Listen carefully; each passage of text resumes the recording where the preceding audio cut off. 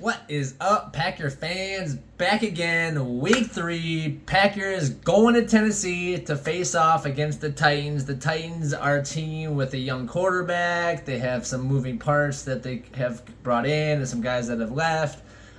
Pretty much losing Derrick Henry this year. Big piece of the puzzle for the Titans that they're missing now. They did bring in Calvin Ridley. They do have a decent defense, with still having Jeffrey Simmons and then having Arden Key and bringing some guys on the back end, L'Jarius Sneed from the Chiefs, the Super Bowl winning Chiefs. So the Titans do have some pieces on the offense. Like I said, they do have a young quarterback, Will Levis. He's in his second season, so some growing pains with him, but then they brought in Tony Pollard from the Cowboys. They still have Tyjae Spears, who kind of was a reason why they thought they could let Henry go. Obviously, King Henry is not Tyjae Spears, and vice versa. Tyjae Spears is very small compared to King Henry, and definitely not the same kind of back. But seeing kind of his productivity last year, and they brought in Pollard to kind of ease the burden. So they do have some pieces on the offense. They have Calvin Ridley, like I said. They have DeAndre Hopkins still on that offense at wide receiver, and then they brought in Tyler Boyd from the Cincinnati Bengals as well. They still have Nick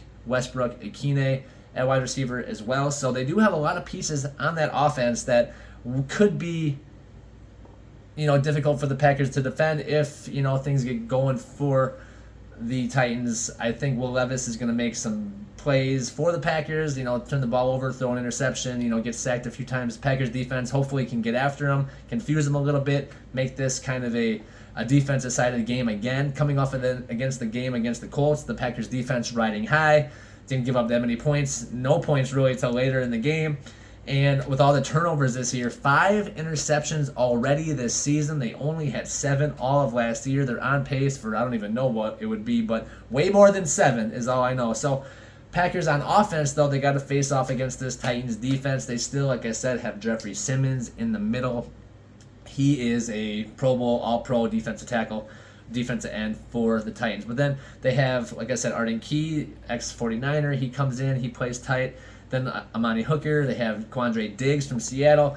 And then L'Jarius Sneed and Roger McCreary, like I said, Sneed from the Chiefs. But on offense and defense, this Titans team, has some new pieces, some old moving parts that, have been around for a little while. But, coming off their loss against the Jets, Aaron Rodgers and the Jets, they didn't look great. They had some plays. Calvin Ridley scored a touchdown. He looked good, but all in all, they're a young team. They're still going through a lot of growing pains, and I think this Packers team can go into Tennessee and squeeze out a victory before we have to go and play Minnesota for our first division game of the year after that in week 4. So for the Packers to go down to Tennessee, there's still a lot of question marks surrounding Jordan Love right now. So Jordan Love, he was very close actually to playing. That was not a fluke. That was not a joke. He was close, which means hopefully he's even closer, barring any setbacks. I still, if I'm the Packers, I let Love sit for one more game, get through this Titans game. I think, again, playing a young team like the Titans, I know it's on the road, so it's going to be a difficult game anyway, but I think the way that Malik Willis played, the way we ran the ball last week, and the way our defense have played, I think we go into this game, give Jordan Love one more week to heal, and bring him back for that first division game against the Vikings, if he's that close to playing and being ready. If he still, has some setbacks, or just, it's not quite right, then I let him sit, even give him more time if he needs than that.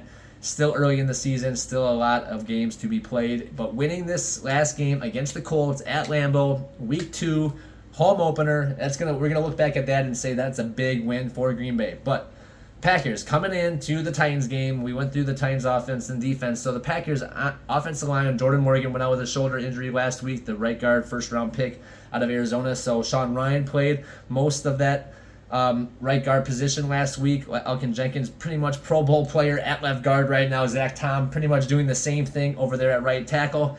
Rashid Walker playing really well at left tackle. Some holding calls and stuff here and there, but for the most part, this offensive line really played well for Malik. Opened up holes for the running back Josh Jacobs. I think he's like second or third in the league in overall rushing yards. Not that many yards out of the lead. And he's like tied for the most carries in the league after 32 last week, 151 yards rushing. That is insane numbers. Basically a 5-yard average. I think it comes out to like 4.8, but that's really good for that many carries and for the workhorse that he was, and for the fact that the Colts knew the Packers were running the football, and we still did what we did against them. So hopefully we can keep that momentum going. Run the football, run the football, run the football. 54 attempts is crazy though. That's like college Army versus Navy numbers. Like, that's insane to me. So seeing that is awesome, but I know the Packers are going to be forced to throw the football, and maybe it won't be this week against the Titans. We'll see how this game works out. I think the Packers can go down there and steal a win, even with Malik at quarterback.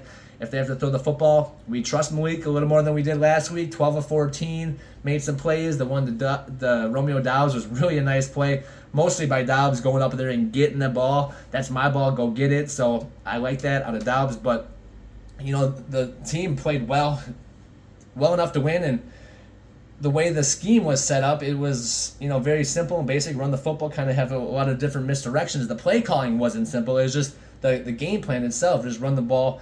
And if we need to do more than we want to do, then we will. We'll get to that. But Willis really played well. I think, like, again, he's going to have to throw it more than 14 times next week. I think Titans are really going to sell out against the run. Jeffrey Simmons, like I said, is really a fixture of that defense. He's going to hold up against the run well, and he's going to make the Packers try to throw the football. They're going to probably say, Josh Jacobs, we're not going to let you beat us like you did against the Colts.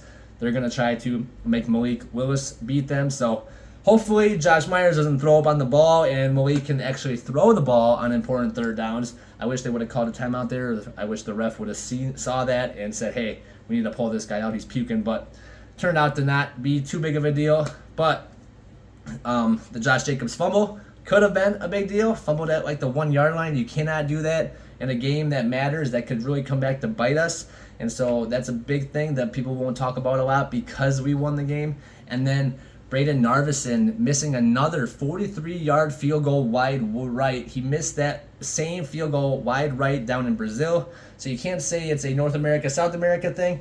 He missed 43 yards wide right both games. So he did make his other kicks. He had a PAT blocked, but it ended up going in still against the Colts. So for Narvison, it's going to come down to making your kicks when it counts. We haven't really had a situation where he had a game-winning kick on the line, but the missed kick against the Eagles made it a 5-point game instead of a 2-point game, and did kind of dictate how things were called later on in the game. And then this week, you know, him missing the kick didn't really hurt the Packers, but it could have if the Colts kind of had bounced back in there. We were only up 6 with the Colts having the ball at the end with a chance to win. If they would have scored a touchdown and made the extra point, they would have won the game. So that field goal could have cost us again. Luckily it didn't, and that's what I'm talking about. A lot of times we don't think about those things when the Packers or the team that we are rooting for wins, because the mistake didn't really hurt them the way that we thought it could. But in the future, games that matter, that it's going to be important that these mistakes don't happen. We got to make our kicks, and we can't fumble. We cannot fumble. But Malik Willis, he protected the ball, and I think he's going to do that again against the Titans. I think this Packers team will be able to run against the Titans.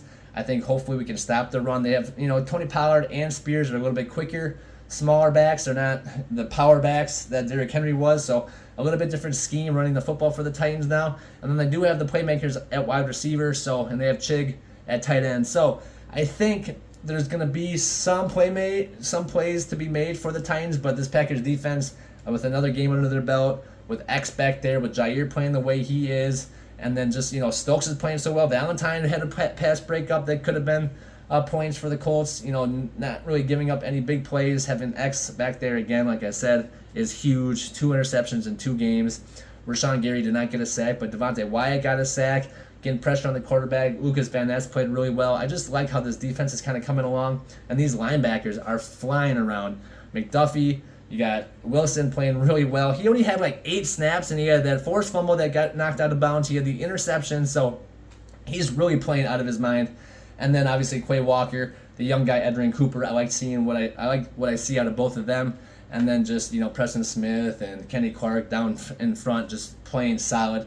I want to see a little more pressure from this defensive line when they rush only 4. Doesn't seem like they're getting home like they should be. Too much time for the quarterback, and obviously it's not hurting us a whole lot in the back yet, and not a lot of big plays, not a lot of busted coverages yet in this season. Preston Smith's not out there covering the other team's wide receiver 1, so that's always a good look when that is what is going on. So Packers need to come down to Tennessee, steal a win, get to 2-1. This division is looking kind of winnable. The Bears, up and down, they're going to have a iffy season with Caleb. And then the Vikings, Sam Darnold playing decent, but he's Sam Darnold still, and Jefferson might be hurt, and they're still not without Hockenson, so maybe we can squeeze one out week 4 against them. And then the Lions kind of just up and down. They lost against Tampa Bay at home. So Packers in a good spot here. We still win against Tennessee. We could be on our way, getting Love back and making a run at this season. But still really early and a lot to get excited about. This Packers team is young and hungry, and you can see the playmakers all over the field. So go Pack, go.